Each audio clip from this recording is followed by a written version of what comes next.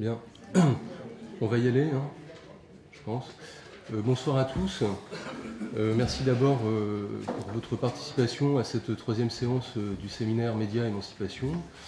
J'ai le plaisir d'accueillir ce soir Milad Douéhi, qui travaille depuis plusieurs années maintenant sur les enjeux du numérique, après un parcours un peu atypique, hein, puisqu'il est à l'origine historien des religions. Alors notre séminaire a déjà permis d'aborder un certain nombre de questions. La première séance avec Dominique Cardon était centrée donc, sur le pouvoir des algorithmes sur nos comportements et les moyens de se défaire un peu de cette tutelle. La deuxième séance avec Michel Lallemand était centrée sur les impacts du numérique sur le travail, sur les rapports de production.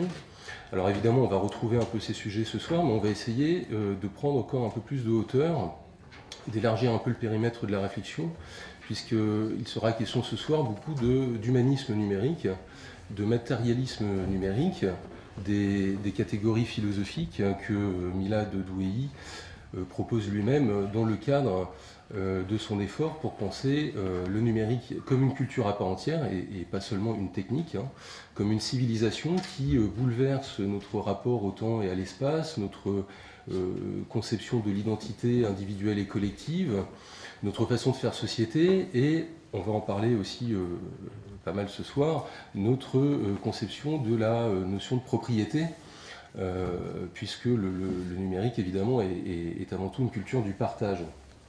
Alors évidemment, l'humanisme, le matérialisme ne sont pas, en tout cas le matérialisme historique, ne sont pas des notions neutres.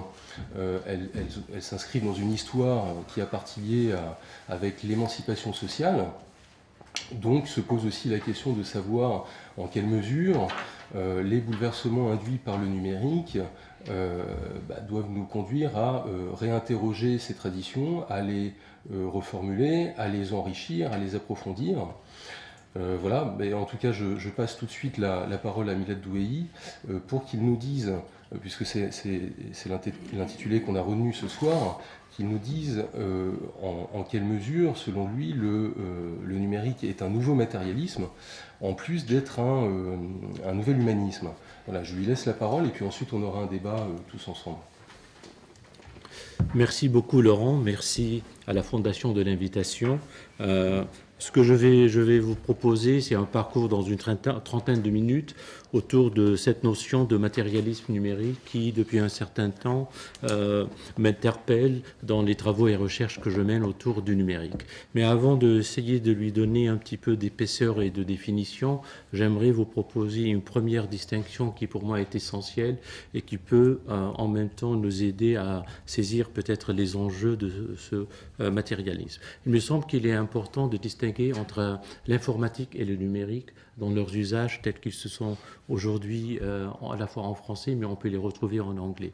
L'informatique, c'est une science qui a une histoire très particulière, qui a commencé, on va dire, à la fin des années 40, début des années 50, qui était au début une branche des mathématiques, qui s'est autonomisée assez relativement pour devenir une science à part entière. Elle a deux particularités qui sont importantes, en tout cas pour ce que je vais vous présenter. La première, c'est qu'elle est devenue assez vite industrielle. Et je crois que c'est quelque chose d'assez important dans ce qui nous intéresse aujourd'hui. Et la seconde, c'est qu'elle a été la première science à prendre le fait de toute l'importance de quelque chose qui a été découvert en même temps que l'informatique, d'où le nom en français, qui est l'information elle-même comme matière et comme forme de matérialisme. Je vais y revenir. Le numérique, par contre, c'est quelque chose de relativement plus récent dans cette distinction qui est juste opératoire et non pas absolue. C'est quelque chose qui est de l'ordre de la dimension, on va dire, socio-culturelle, qui est associée avec l'émergence des pratiques et des usages qui ont été autorisés, on va dire, depuis la fin des années 80, début des années 90, et puis avec l'émergence du web, et aujourd'hui avec le web mobile et la sociabilité. Et du coup, on a un clivage qui n'est pas entier entre d'un côté la dimension industrielle, algorithmique, mathématique et scientifique, et en grande partie industrielle, et d'autre côté, les dimensions, on va dire, socio-culturelles. Dans ce contexte-là, pour essayer de donner un premier aborde ce que j'essaie de définir comme matérialisme numérique, il me semble que l'information, telle qu'elle a été découverte de manière scientifique au début des années 50, ici on peut nommer les deux grandes figures, Claude Shannon, dans le grand texte d'un article publié en 1950 et qui s'intitule « Une théorie mathématique de l'information » et qui a établi les moyens de communiquer et d'échanger des informations sur toute une série de réseaux possibles et potentiels. Et de l'autre côté, Norbert Wiener, le père de la cybernétique, ils ont travaillé en même temps et qui a en même temps formulé cette dimension de l'information, quelque chose de nouveau qu'on n'avait pas connu dans le passé. Alors il y a deux choses à retenir, il me semble, dans cette... on peut rentrer après dans les discussions, si vous voulez, dans des détails un peu techniques, mais qui sont importants. Deux choses à retenir. La première chose, c'est que l'information est une matière. Elle n'est pas immatérielle et qu'on a souvent oublié parce qu'elle a été fétichisée. Et dans cette dimension matérielle de l'information, et ça a été observé assez tôt par Norbert Wiener en particulier, elle modifie radicalement la notion de propriété et de propriété intellectuelle parce qu'elle est d'une matière différente, autre de ce qu'on a connu jusqu'à ce moment-là dans notre histoire occidentale, industrielle et économique.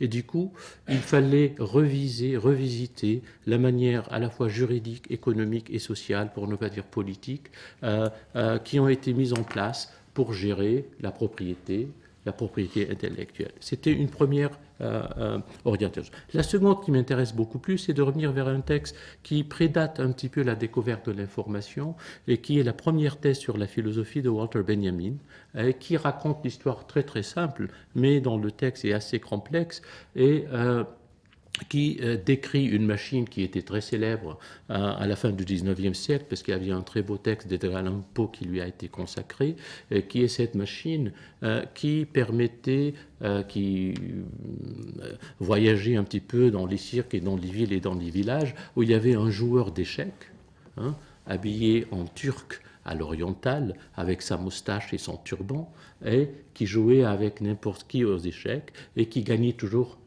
le jeu ou le match. Et ce que Benjamin nous révèle, ce qu'on connaissait, qu'il y avait en dessous dans cette machine un petit nain qui se cachait et qui tirait les filets de la marionnette de cette orientale et qui gagnait toujours le match et le jeu. Mais Benjamin est là, fait un saut assez important. Il dit il faut penser à ce double présence, double manière de jouer le jeu comme le matérialisme historique qui se cache avec le nain qui est le maître du jeu. Et au-delà de là, il va nous dire, mais ça on pourra y revenir à la fin, que dans cette double présence du joueur visible et ceux du maître du jeu qui se cache, il y a une relation tout à fait importante entre d'un côté le matérialisme historique de la fin du 19e jusqu'au début du 20e, on va dire des années 30, et dans son rapport avec la théologie, avec la révélation. Évidemment, ça peut nous inquiéter un petit peu parce que dans les textes de Benjamin, le rapport qui existe entre d'un côté le matérialisme historique dans toutes ses déclinaisons jusqu'à ce moment et ce que la théologie peut dire reste un sujet de débat et de polémique. Moi, ce qui m'intéresse, ce sont trois éléments de cette description du matérialisme historique qui peut-être peut nous aider à formuler un petit peu ce que peut être le matérialisme numérique. Le premier élément qui est intéressant, il s'agit d'un double jeu, d'un jeu d'échecs où on ne peut que perdre. Et surtout qu'il y a deux joueurs, deux acteurs. Et là, je pourrais traduire assez vite parce qu'on n'a pas beaucoup de temps, c'est-à-dire qu'il y a un déplacement dans la manière dont Benjamin avait formulé cette scène, si j'ose dire, primitive de ce matérialisme. Au lieu de parler de la main invisible, dans le sens économique d'Adam Smith, on a le visage invisible du maître joueur.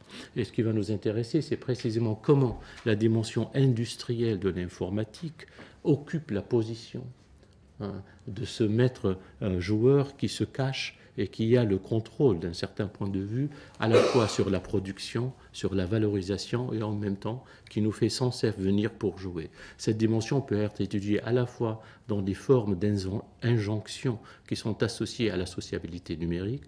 Si vous y étiez là, j'imagine, Dominique Gardon vous en a parlé un petit peu quand il a parlé des algorithmes. On est incité à intervenir, à dire qu'est-ce qu'on fait, à partager, afin de produire et nourrir la machine qui est celle des données de la collecte des traces et au-delà de là, leur exploitation, que ce soit du côté économique ou dans d'autres contextes. Le second aspect qui est également plus intéressant peut-être, c'est surtout la notion de jeu elle-même qui est déterminante. Pourquoi? Parce que la notion de jeu a accompagné l'émergence de l'informatique.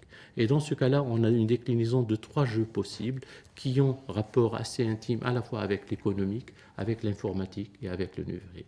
On a bien sûr le premier jeu qui est le plus célèbre, le plus connu et peut-être le plus familier, celui du jeu d'échecs, du jeu de stratégie, qui effectivement dans l'évolution de l'informatique, on a vu comment il a pu triompher à un certain moment avec Big Blue quand il y a eu le grand match entre le champion du monde d'un côté et la machine, et que la machine a triomphé. Et dans ce contexte-là, on a commencé à voir comment l'humain perd en quelque sorte son privilège, une certaine forme de statut qu'il a occupé jusqu'à ce moment-là, mais ça reste à voir. Le second jeu qui est également intéressant et qui est associé à cette dimension de la matérialité de l'information, c'est plutôt la théorie des jeux, qui a été formulée en 1950 par l'autre père de l'informatique, John von Neumann, et son collègue Morgenstern. Alors dans ce cas-là, on peut voir une évolution de l'économie néolibérale telle qu'elle a adopté et adapté la théorie des jeux pour formuler toute une série d'éléments de structuration économique contre une lecture un peu classique malgré les évolutions de la fin du 19e et surtout la première moitié du 20e siècle. Et là, on voit une négociation ancrée dans le même modèle qui est celui de la rationalité informatique transférée sur des modalités de choix rationnels en termes d'économie pour l'individu et pour la collectivité, et qui a informé au fur et à mesure l'économie telle qu'on la connaît aujourd'hui dans le monde occidental. Il suffit de regarder depuis Lord Keynes jusqu'à aujourd'hui, avec la FMI, avec la Banque mondiale, tout est ancré sur cette notion qui a été évoluée. Le troisième jeu qui est également important et qui, à mon avis, aujourd'hui est peut-être même plus pertinent, ça a été formulé par un des grands informaticiens du siècle dernier, Herbert Johnson, qui est très connu. C'est une des rares personnalités à avoir obtenu à la fois le Turing Prize en informatique et le Nobel en économie. Et il a formulé ce qu'on appelle l'économie de l'attention. Il s'est rendu compte assez tôt qu'avec le matérialisme de l'information, ce qui va être le plus important au fur et à mesure de l'évolution à la fois de la technique et des pratiques sociaux qui sont associées à cette technique, c'est de capter l'attention de l'individu et non pas le contenu lui-même. Ce qu'on appelle aujourd'hui l'économie de l'attention et qu'on étudie sans cesse avec la sociabilité numérique. Tout ce qui va importer aux grandes plateformes, ce n'est pas ce que vous allez échanger, mais le fait que vous allez échanger sur leur plateforme. Et du coup, il y a un certain déplacement de la valorisation et du site de la production et de l'échange de cette valorisation. Dans cette trilogie, il est effectivement assez intéressant de voir comment l'évolution de l'informatique vers le numérique a été accompagnée par la mise en place, selon des modalités un peu différentes, de cette dimension de matérialité, si vous voulez, de l'information. Second aspect sur lequel on peut revenir aujourd'hui et qui est peut-être plus actuel et plus pertinent, on pourrait dire que dans cette modification de la notion de propriété, on a 2 voies qui sont mises en place et qui cohabitent aujourd'hui, mais non pas nécessairement de façon ou de manière harmonieuse. D'un côté, on a la dimension qui revient avec force avec les mouvements, on va dire, progressistes dans le domaine de la culture numérique, qui est celui des biens communs. Puisque l'information est une matière nouvelle, il faut trouver d'autres façons, d'autres manières de traiter les modalités de partage et la valorisation qui les accompagnent. Dans ce cas-là, on est revenu vers des modalités qu'on avait connues depuis le droit romain jusqu'au siècle des Lumières et qui ont été oubliées au profit de la propriété intellectuelle et de ses gestions, que ce soit du côté des droits de l'auteur ou de ses modifications avec les brevets et tout ce qu'on connaît, vers quelque chose qui est de l'ordre du partage entre des communautés, sans nécessairement imposer des formes précises qui sont de l'ordre de l'économie, de la rationalité classique. Et en même temps, ce qui cohabite et existe avec cette forme de commun qui sont en tension permanente, c'est tout le triomphe, on va dire, de la société de calcul. Et du calcul, mais dans un sens très très fort et très très précis. Pourquoi le calcul? Parce que l'informatique, et c'est là sa dimension industrielle extrêmement puissante, est de nature discrète. Elle mesure tout. elle introduit une ère de mesurabilité généralisée. On mesure la tension, la durée, l'espace, le temps de partage, tout ce qui est de l'ordre de la mesure est sujet au calcul. Alors pour le calcul, on a deux modalités qui également existent au sein de la machine informatique.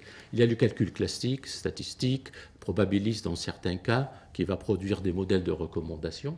Et aujourd'hui, on peut même décliner assez vite qu'on vit quand même une évolution assez importante. Je dirais dans les 10 premières années de la culture numérique, on a vécu sous le régime ou le paradigme, si vous voulez, qui était celui de l'index, c'est-à-dire des moteurs de recherche qui étaient dominants pour aller trouver quelque chose. Alors qu'aujourd'hui, on est en train de voir se déplacer ce modèle de la recherche vers le modèle de la recommandation. Plutôt que vous donner des résultats relativement associés à votre requête, on va vous recommander quelque chose en fonction de votre sociabilité, de l'analyse statistique ou probabiliste de vos visites, de votre réseau social. Ce déplacement est très important parce qu'il a plusieurs conséquences. Tout d'abord, il modifie le contexte de la pertinence. Ce n'est plus quelque chose de l'ordre de l'adéquation entre une requête, une demande et un retour qui va correspondre à cette requête, mais plutôt, on va dire, ce qui est pertinent, c'est que vos amis, entre guillemets, votre réseau avaient consulté. Et du coup, on va vous donner quelque chose qui doit répondre à quelque chose qui vous intéresse. Dans ce déplacement, quelque chose d'essentiel qui se met en place, c'est à la fois la puissance de calcul elle-même qui devient déterminante au lieu du choix individuel ou collectif, sauf si ce choix collectif est dérivé de la manière dont la collectivité est analysée par le biais du calcul. Et là, on voit une complexification assez importante qui nourrit, on va dire, cette machine algorithmique qui nous intéresse énormément. Second aspect également qui entre avec cette dimension, mais ça peut-être on n'aura pas le temps, mais il faut le mentionner, c'est tous les modèles communautaires qui peuvent émerger au sein du calcul lui-même pour contester cette dimension de la recommandation. Je crois qu'il ne faut pas l'oublier que l'informatique elle-même contient déjà quelque chose qui peut contourner cette dimension d'uniformité ou d'homogénéité qu'elle peut nous imposer. On a deux exemples aujourd'hui qui sont relativement récents dans leur application, mais qui existent depuis un certain temps de façon théorique. Ce sont ce qu'on appelle le blockchain ou les crypto-monnaies. Bitcoin, c'est peut-être l'exemple le plus connu aujourd'hui. C'est-à-dire, on va produire de la valeur selon des formes d'échange, mais des formes d'échange où il n'y a aucune forme d'intervention humaine. C'est la puissance du calcul et de partage et de cryptage ou de chiffrement entre les machines qui va créer des modalités de partage, d'échange et de création de valeur. Et là, on voit une certaine contradiction, pour ne pas dire une tension, entre une dimension du calcul qui est probabiliste et d'autres qui est, on va dire, du calcul social, mais déplacé de son centre traditionnel et conventionnel, qui était celui de la société, de la communauté, vers des modèles de partage qui sont ancrés dans la machine elle-même et sa puissance de communiquer entre machines. Si vous regardez ce que la blockchain fait, on va les mettre en réseau, on va échanger au fur et à mesure, il n'y a pas moyen de les fausser et la valeur, elle est exponentielle en fonction des gens qui viennent s'ajouter et partager à la fois leur machine et leur système de partage. On voit très bien, il y a quelque chose d'assez intéressant qui est en train de se mettre en place, parce que là, c'est une manière de contourner les exploitations qui peuvent être avec les grandes entreprises, les monopoles qu'on connaît aujourd'hui. En français, on les appelle GAFA ou GAFMA. On a 5 ou 6, Google, Apple, Facebook, Amazon et Microsoft. Et là, c'est quelque chose qui va complètement sortir de leur domaine, parce qu'on ne sera pas du tout dans ces jardins fermés qui sont contrôlés par les grands acteurs. C'est un premier parcours, si vous voulez. Alors la question peut se poser, quels sont les rapports avec ce paysage et des formes, si vous voulez, par exemple, d'humanisme, comme Laurent a suggéré. Je vais essayer dans les quelques minutes qui me restent de donner peut-être une ou deux pistes pour répondre à cette interrogation possible. La première, il me semble, il est important aujourd'hui de ne pas rester avec une définition de l'humanisme nostalgique, qui est ancrée dans une réception qui est exclusivement celle, on va dire, de l'histoire des idées classiques et qui va toujours associer à une époque, à une certaine période et périodisation, mais plutôt de situer les formes de l'humanisme dans un rapport très complexe qu'on connaît depuis assez longtemps selon des modalités différentes entre l'humain et la technique et son environnement. il y a plusieurs théories qu'on peut évoquer ici, on n'a pas le temps, je vais dire un ou deux mots. C'est-à-dire que ce qui va définir l'humanisme, ce n'est pas une période spécifique, mais plutôt la façon dont l'humain modifie son environnement, son milieu, comme on disait à une certaine époque, en fonction de ce qu'il peut faire et dans la manière dont il modifie ce que la technique lui permet de faire comme action. On peut avoir plusieurs exemples, je vais prendre deux pour aller assez vite. On va prendre le premier, qui est peut-être le plus classique, celui de la Renaissance, qui est, comme d'habitude, le site premier de l'humanisme le plus connu et le plus familier. On peut décrire l'humanisme de la Renaissance comme une modification de la fabrication du sens. Je vais donner une illustration très très simple. Un des textes les plus emblématiques de cet humanisme de la Renaissance, c'est la donation de Constantin de Lorenzo Valla. Vous vous rappelez probablement qu'il existait un document qui s'intitulait La donation de Constantin, dont l'Église catholique disait a été rédigé comme testament par l'empereur avant son décès, et qui autorisait et légitimait le transfert des pouvoirs politiques vers l'Église. Alors Lorenzo Valla, comme philologue, qui lisait et maîtrisait parfaitement le grec, lit le texte et démontre assez rapidement et assez facilement que c'est un faux. Alors comment interpréter ce déplacement? C'est relativement simple, je dirais, c'est-à-dire que l'autorité et le sens du texte n'est plus associé ni à la genèse de sa production, ni à la généalogie de sa transmission, mais plutôt à la vérité de son énoncé.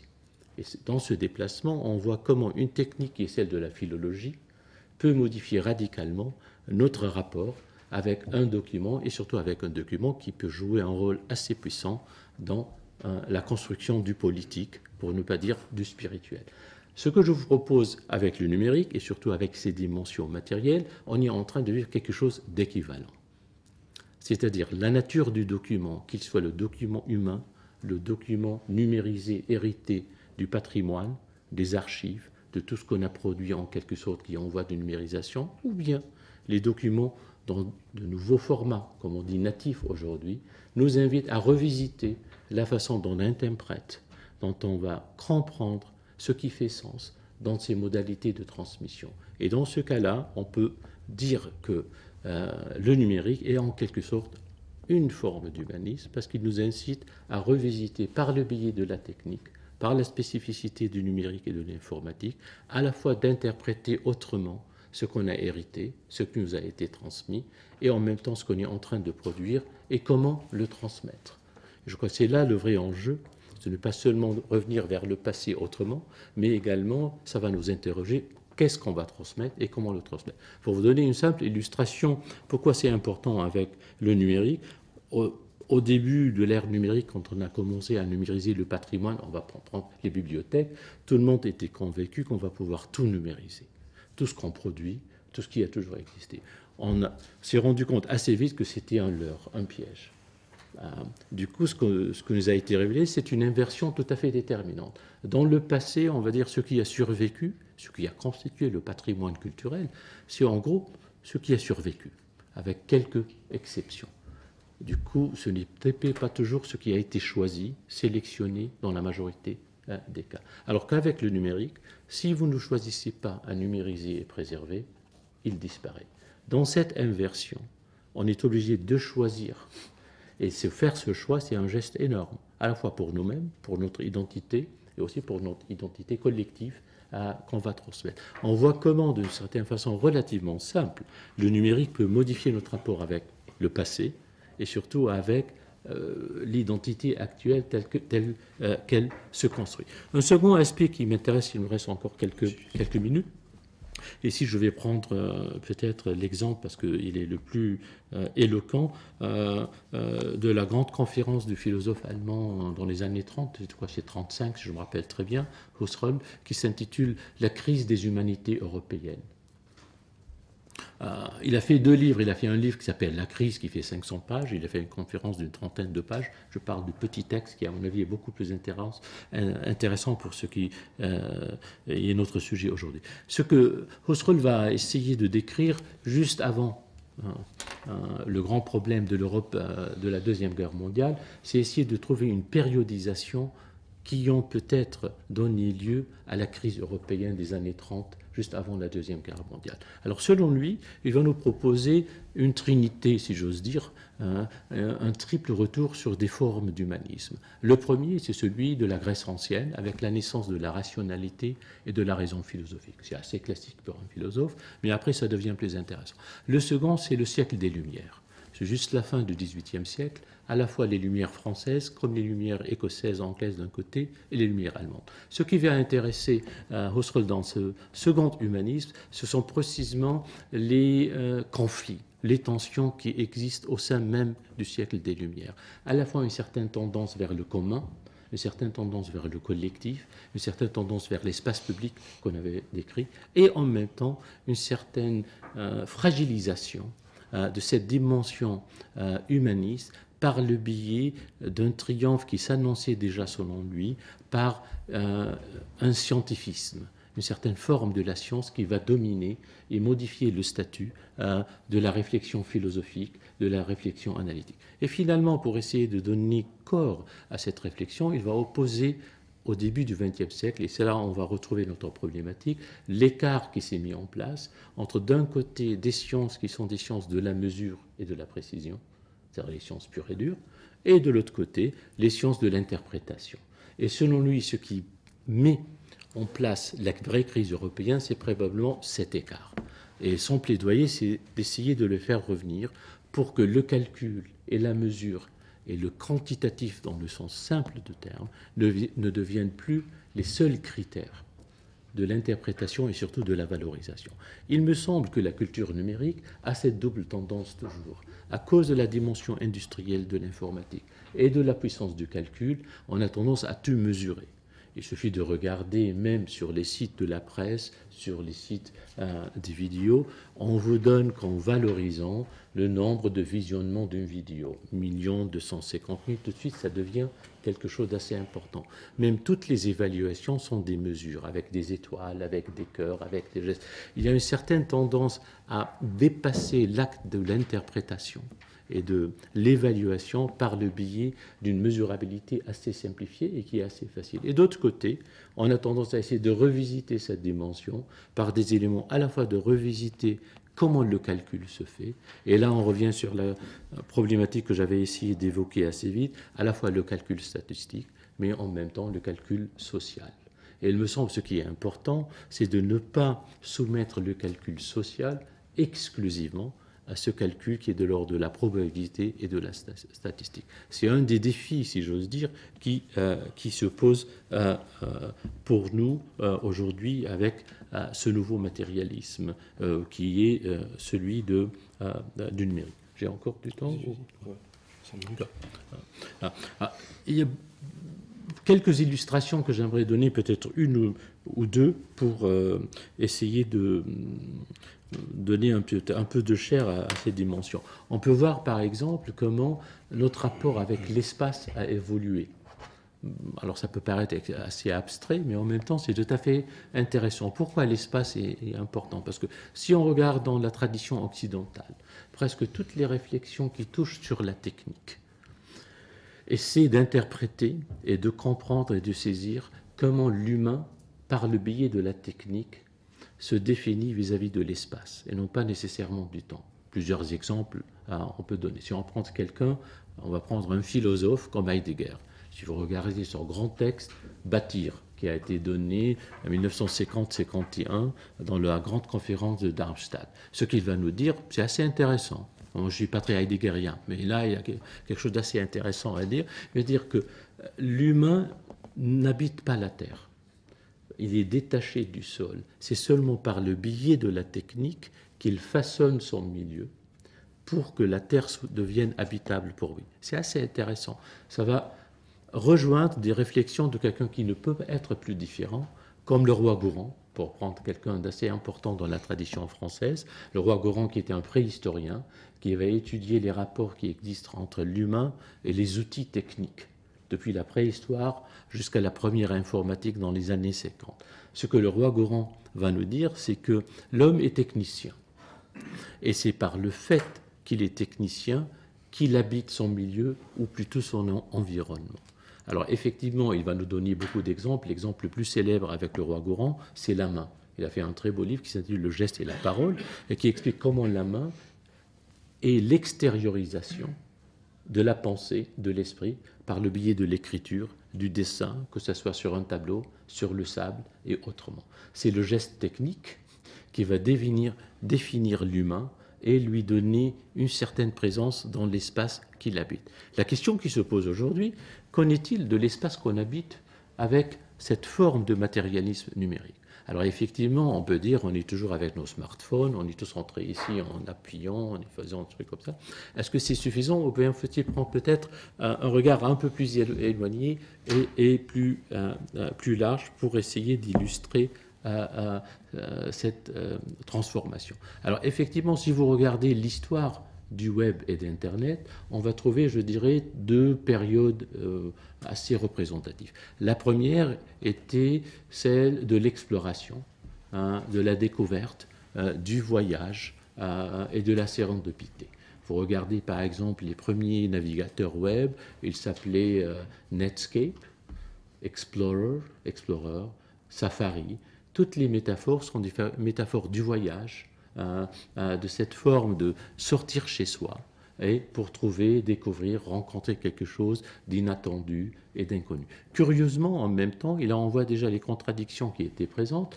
Les pages s'appelaient homepage, la maison, la demeure, et on allait loin pour retrouver quelque chose qui était entre guillemets de l'ordre de l'intime. On voit un petit peu quelque chose qui se met dans cette première. Aujourd'hui, on est loin de là. Aujourd'hui, on dirait qu'ils ont tous changé de nom. On a changé de registre. On peut entrer dans toutes les modalités. On n'a pas le temps. On est ou bien dans le registre de l'écoute. On a opéra et Vivaldi. Ça n'a rien à voir avec ce qu'on faisait avant. On a le métal avec Chrome. Et on est en train d'inventer d'autres registres. Dans ce changement figuratif et métaphorique, je crois qu'il y a quelque chose d'assez important qui s'exprime. On voit comment on a changé de modèle et de paradigme au sein même de cet espace qu'on habite de plus en plus, qui représente la spatialité par le biais du GPS, par le biais de la géolocalisation. Et là, je vais terminer avec cette dernière observation pour qu'on puisse discuter, c'est effectivement les données qui sont devenues peut-être aujourd'hui les plus puissantes ne sont pas exclusivement celles qu'on produit, mais celles qui nous localisent. C'est-à-dire, vous êtes géolocalisé et en fonction de cette géolocalisation, les informations qu'on vous donne sont produites. Si vous vous retrouvez en France, à Paris, on va vous donner des choses. Si vous êtes en Allemagne ou au Royaume-Uni, on va vous donner autre chose. Et on voit, et c'est là sur lequel je veux revenir sur cette dimension de matérialisme numérique, au début, le numérique a été quelque chose qui déterritorialisait. On a célébré le village global, la libre circulation, à la fois des individus, des identités et des données. Et aujourd'hui, on revient par le biais du système et du calcul lui-même vers des formes territoriales qui décident du sens et des informations qu'on vous donne. On va vous donner en votre langue, non pas seulement dans la langue originale, on va exclure énormément de choses. Alors, évidemment, ça peut être extrêmement bénéfique, ça permet beaucoup de retour vers le local, qui est très important, mais en même temps, ce sont des formes d'exclusion et on a vu la réintroduction des frontières virtuelles par le biais des données et la puissance du calcul. Je crois là, on voit aussi la complexité de la situation qui se met en place. Et pour vraiment terminer, effectivement, curieusement, avec ce modèle-là, on voit un certain effort de volonté de voiler, je dirais, on va retrouver l'image très belle de Benjamin et de Edgar Allan Poe, la matérialité de ces systèmes. Ce n'est pas un hasard, à mon avis, que la métaphore dominante depuis 5 ans est celle des nuages, the cloud. On nous dit que tout est dans le nuage, tout est dans le cloud, c'est quelque chose qu'on ne voit pas, qui traverse, qui annonce le beau temps ou le mauvais temps, ça dépend. Mais néanmoins, c'est comme si c'est quelque chose qui n'a pas du tout de présence, de fixité, mais en fait, tout est statique. Ce sont des data centers énormes qui modifient l'environnement, qui travaillent et qui font du calcul sans cesse. Le cloud, c'est une métaphore assez intéressante qui a été utilisée, qui est comme le visage caché de ce jeu de ce nain qui est le maître du jeu et qui revient sans cesse pour nourrir. Et là, évidemment, il y a des pistes à suivre. Je vais en donner 2, puis je m'arrête. On peut revisiter le très beau livre d'Hubert Damisch, publié, je crois, c'est à la fin des années 60, qui s'intitule « Théorie du nuage », et dans lequel il analyse comment, dans la grande peinture du Quattrocento italien, avec les règles de la perspective, ce sont les nuages, dans les grands tableaux, qui viennent perturber la stabilité du système de la perspective, qui dictait comment on a construit le tableau, de quel point de vue on doit se mettre vis-à-vis du point de fuite, pour à la fois pouvoir regarder tout le tableau et l'apprécier. Et je crois qu'il y a quelque chose qui est en train de se mettre en place, qui est un peu équivalent, si j'ose dire. Et l'autre, effectivement, il y a beaucoup de réflexions. Je pense à quelqu'un comme Martí Delmas, la grande juriste spécialiste du droit international, qui a également utilisé ce déplacement territorial et antiterritorial qui a donné lieu, depuis les années 30, on va dire, jusqu'à aujourd'hui, au droit international. Alors, il se trouve qu'aujourd'hui, une des questions qui se pose avec une grande actualité, comment gouverner quelque chose comme le numérique ou l'informatique? Faut-il le gouverner selon les lois américaines, selon les lois européennes, selon les lois qui vont venir de la Chine ou de la Russie et peut-être prochainement de l'Inde, ou bien faut-il inventer, imaginer des formes de gouvernance qui vont correspondre à cette nouvelle réalité qui se présente comme immatérielle, mais qui est en fait extrêmement matérielle et matérialiste. Voilà, je vous remercie.